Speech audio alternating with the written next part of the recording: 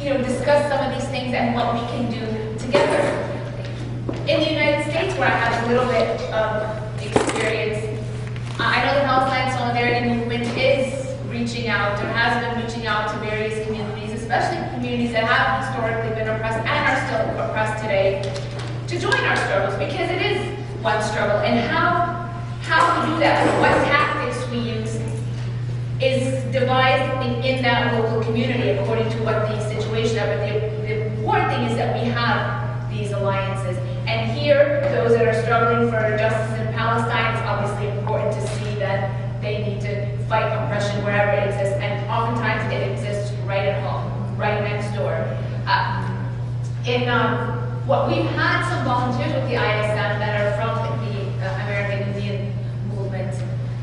And that has what people come and take stories and go back home and also use it in their local work, again, to just join the effort. But what can be done here in Canada? You'll probably best answer that talking to Ahmed or talking to the Palestine Solidarity Group.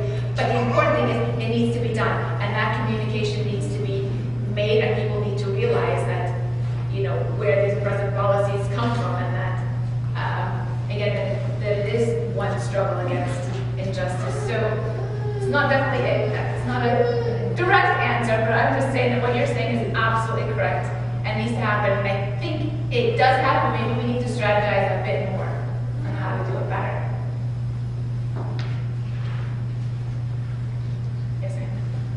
I'm really sorry that I don't know when I have to have something like this.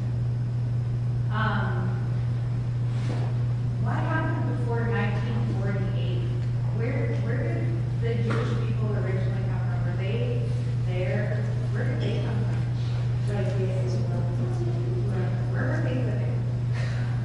No, it's a good question. I grew up in a Christian. I just remember these Bible stories saying that the Jewish people didn't have a home, and they were wandering around, and they came to Israel or something. I don't know. I'm sorry. No, it's fine. It's a good question. Go back to I guess 2,000 years ago, the Jews were kicked out. But I'm gonna not go back that far into the Bible. I'm gonna just come to the modern, because we're gonna.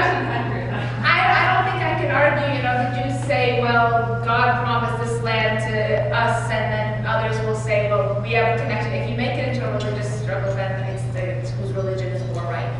So it's not that. But what happened before? There's always been a small Jewish population in Israel. In fact, Palestinians like to say before Zionism, or in the early 20th century, Jews and Palestinians and Christians, Muslims, Jews all got along and were neighbors and would babysit each other's kids and everything. So that in the early 1900s, the population of Jews in Palestine was about 3%. And the ones that were there were they lived it was under Ottoman rule at the time, but it was known as Palestine. And some today, you will find Jews today that lived there before the creation of the state of Israel that consider themselves Palestinian. They're Palestinian, but they're Jews. Just like, I'm Palestinian, I'm Christian. There's Palestinians that are Muslim. But the growth of Zionism, which is really a political movement to recreate Israel, or a homeland for the Jewish people in historic Palestine, that picked up momentum in the 1900s, and Jewish leaders started lobbying foreign governments to support them in bringing in lots of Jews to Palestine.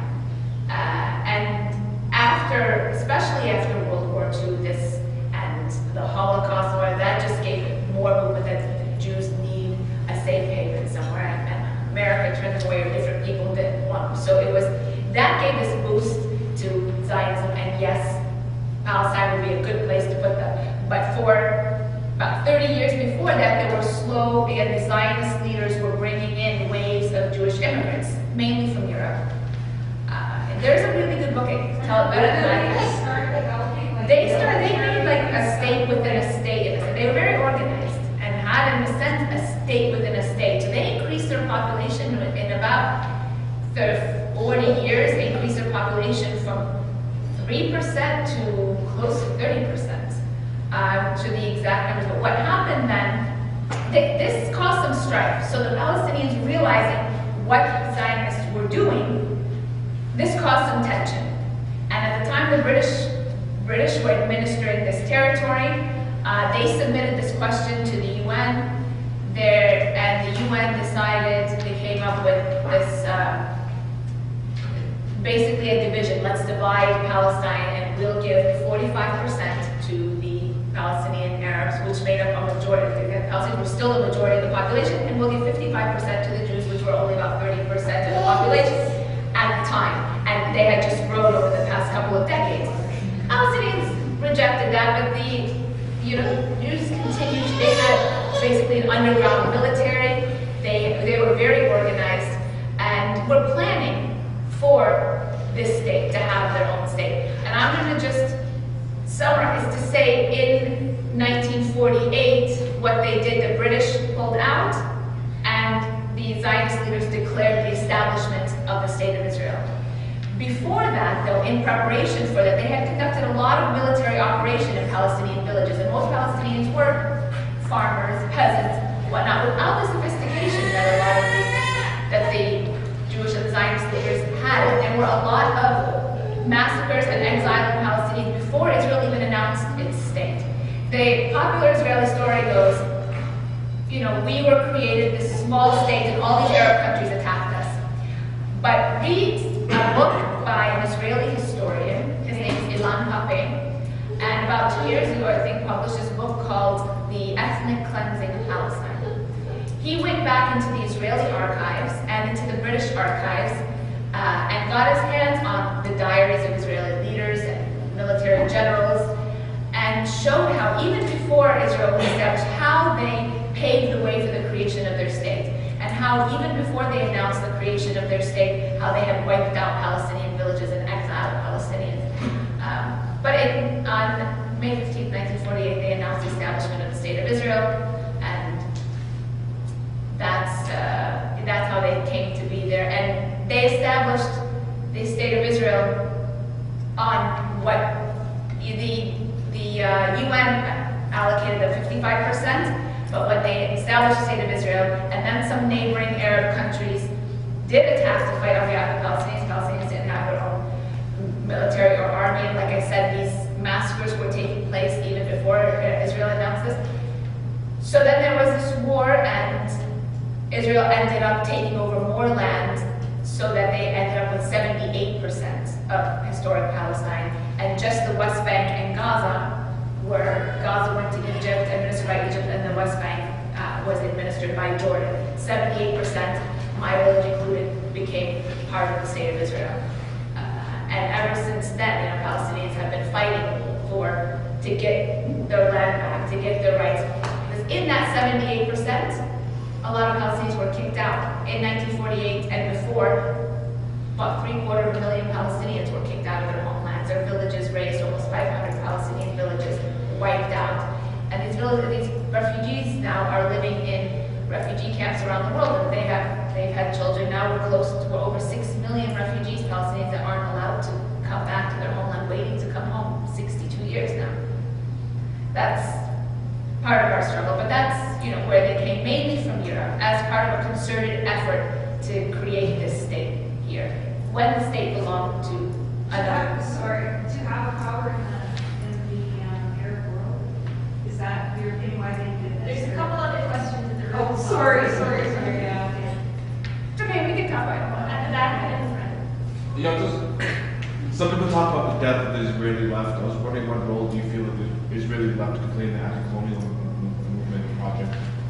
Yeah, the Israeli left, why people say the death of the Israeli left? Because they were considered strong during the Oslo peace accords, when a lot of money and effort was invested in these peace talks and dialogue groups and joint projects. And yeah, Israeli left wanted peace, but there wasn't a lot of work being done to, like I said, actually change the policies. And so when the second Intifada broke out, when Palestinians kind of rose up again, Palestinians adopted a very hardline position, or what was considered hardline. I consider it perfectly normal. And this is to say, we don't want to have anything more to do with this facade. We don't want joint Israeli project. We don't want any kind of, anything that's going to make it look like there is any kind of parity or equality here. So it's not we're against Israelis, but if you want to come and stand with me with my demands to have freedom and equal rights, etc., then come. But if it's based on the status quo, or you not recognizing my full rights, the right of refugees to be able to come home, the right for me to have full equality, not be second or third class citizen, complete ending of the occupation, then I don't want to talk to you.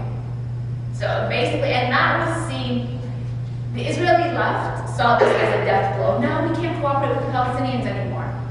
But the question is, what kind of cooperation was there? Those that realized this still continued to come to Palestinian areas and to stand with Palestinians, and today they still do. So in Palestinian villages, people working against the wall or against home demolitions, there are always Israelis marching side by side with Palestinians, but it's these Israelis that reject this Zionist notion that, we have to have a Jewish state, which means, if you have to have a Jewish state, that means whoever's not Jewish is never going to be equal to you.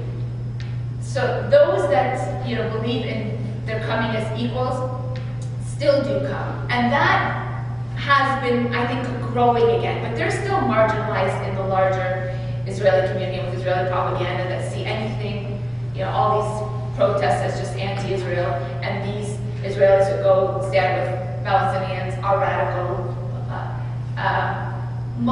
Sadly, most of Israeli society has become increasingly racist and fascist. It's sad to say, but I come into contact a lot with the ones that do come and stand with us, the ones that are amazing. They get shot at with us, arrested with us, injured with us, and just hope that their voice can continue to grow. But they're also working in a very tough environment with their leaders and their propaganda, pushing what it is pushing. The Palestinians are terrorists and justifying their policies in that this is for the protection of the Jewish people.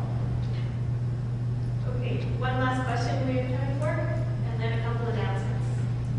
I just had a comment. First of all, God bless you for what you do. It's not our fault. I was at Wynn Dyer last Thursday, and we had a talk.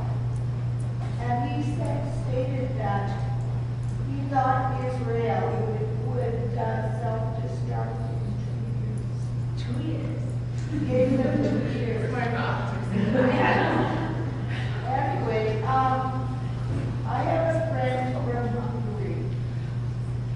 There are very many, what underlined that comment was, very many people from Israel purchasing land for dirt cheap prices in Hungary.